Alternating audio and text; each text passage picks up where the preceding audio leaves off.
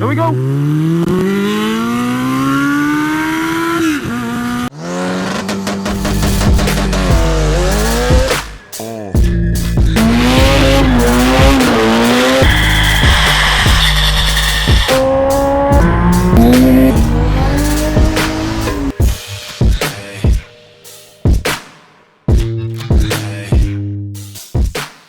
What's going on, ladies and gentlemen? I don't even know if there are ladies actually on this YouTube channel.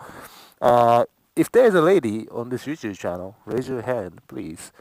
Last time I checked the statistics on YouTube of age group, region, and male-female ratio. It was like 98% male. We're gonna go the cafe racer for a ride today.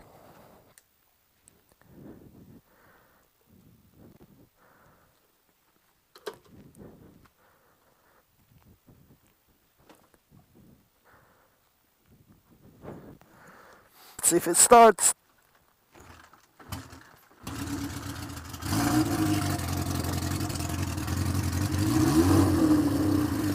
Check, check, check. This thing is so effing loud. I hope you guys can hear me today on this MotoVlog with my cafe racer. Hello Datsun. Hello FD. Good morning guys. Good morning Evo. See you Dodge Ram.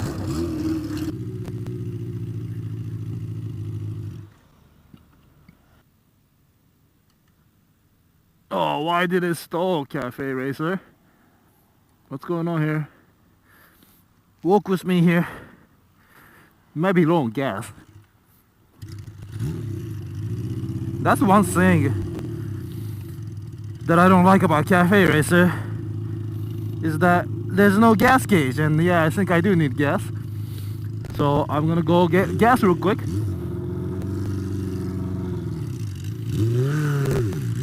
Alright, let's get some gas.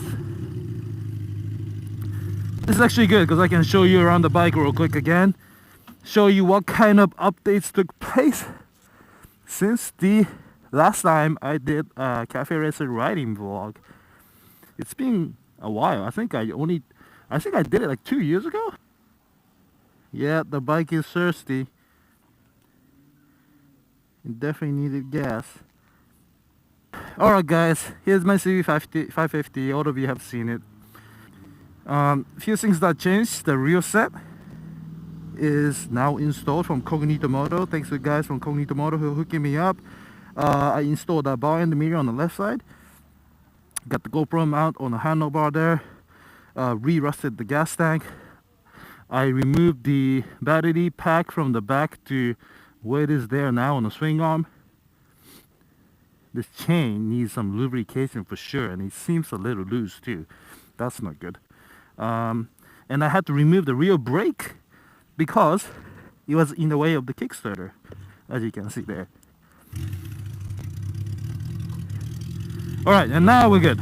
We got gas. We got fuel. Here we go. Here we go!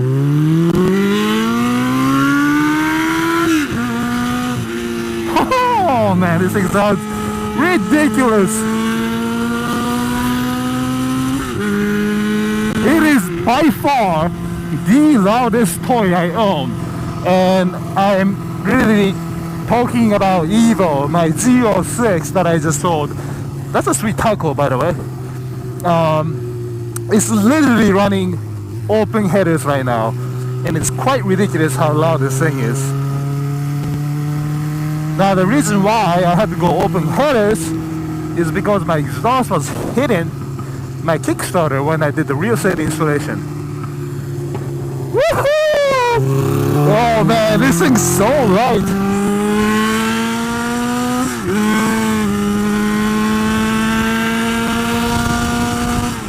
God damn, I love this thing.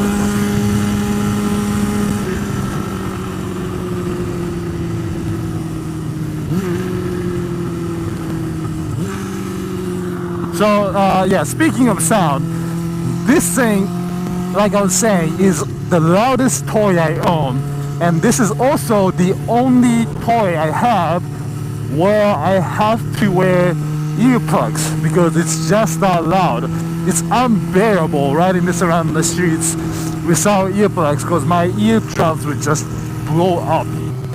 So I'm hoping Sena is doing his job with noise cancellation so that you guys can actually hear me. The last time I did the vlog in the Triumph, which is not the loudest bike I have, it was kind of quiet, like the exhaust was quiet. So maybe with the loud exhaust on my CB550, it'll be a good balance of me speaking versus you hearing the exhaust tone of the bike. I don't want to be just me talking, right? Because I could do that in front of a computer. I want you guys to hear the sound of the mic, sound of the motorcycle as I ride that thing around. So, you know, I have owned a cafe racer for about 2 years now. I absolutely love everything about it. I do wish it had a little more power, little more braking, but it's perfect. I mean, listen to that and look at this thing. There's no gauge, there's no speedo, there's no tach, there's no gas meter, there's no turning signals. It's just literally a bicycle with an engine on it. And it feels like it too. It's so agile, it's so light. And you know how you're trying to ride your motorcycle around like a parking lot in parking situations and you feel the weight of the bike? That's not the same case with this. You can literally lift this bike up with 2 hands and move it around. It's so light, it's so agile, it's so much fun.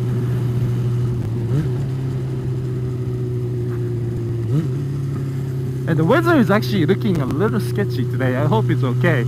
So where I'm headed to actually meet up with my friend Bale from Bale House Tuning. He's the guy that's building the FRS time attack car. And I'm gonna do another update video on the car. So I'm gonna meet up with Bale for lunch. One of our favorite Vietnamese restaurant, Little Saigon, and head down to the shop and do some filming. So recently I was looking at importing business, right? So like a lot of people now importing Skylines, and even more like if these are coming in too, now that those are 25 years old. And I realized that this bike, CB550, is way beyond 25 years old. And I've been seeing cars riding around Michigan with one of those vintage license plates. So I kind of looked into how do I get a vintage motorcycle license plate just because it was cool. Because in Michigan they'll let you run a motorcycle plate, an actual plate from 1975 if it matches the age or the year that motorcycle was built. And same thing applies to cars too. So what I did was I started Googling how to do this. And if a car or a motorcycle is older than 25 years, you can register the vehicle as an vintage historic vehicle.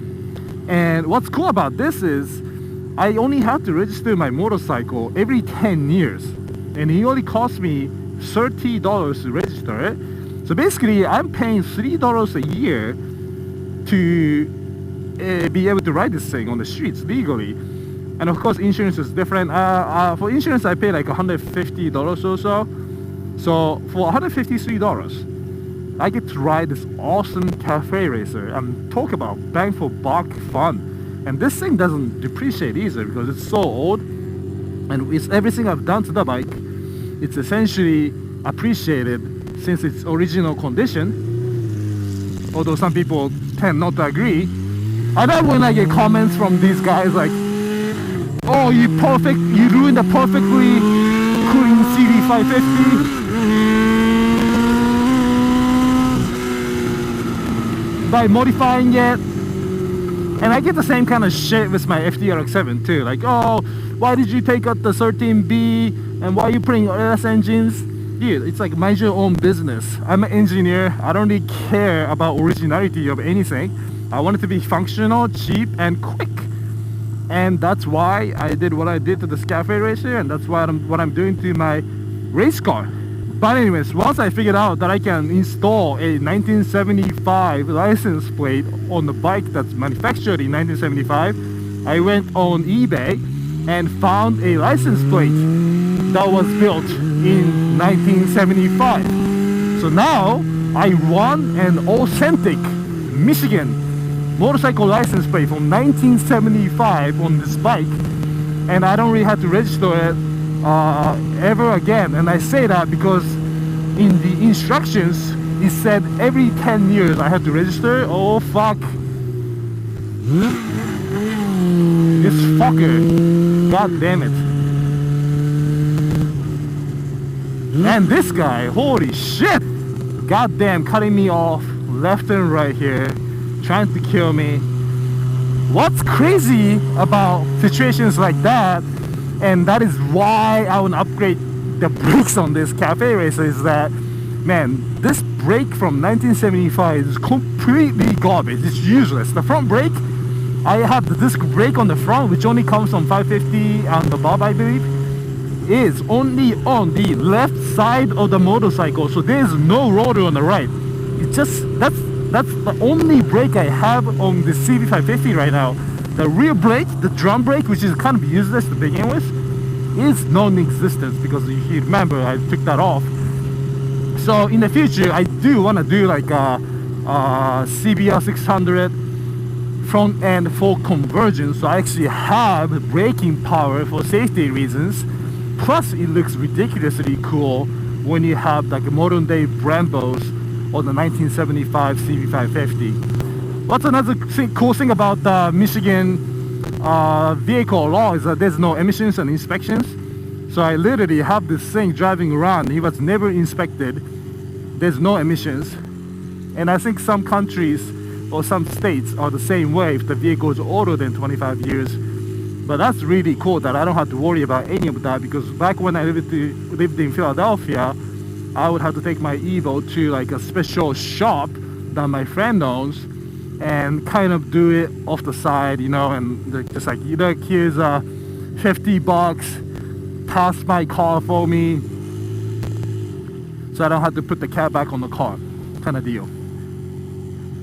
But anyways, I'm at Little Saigon, just a quick riding vlog there with my cafe racer. I hope the audio turned out well. I hope the video turned out well. And as you know, I don't have any keys for this thing. Combination lock.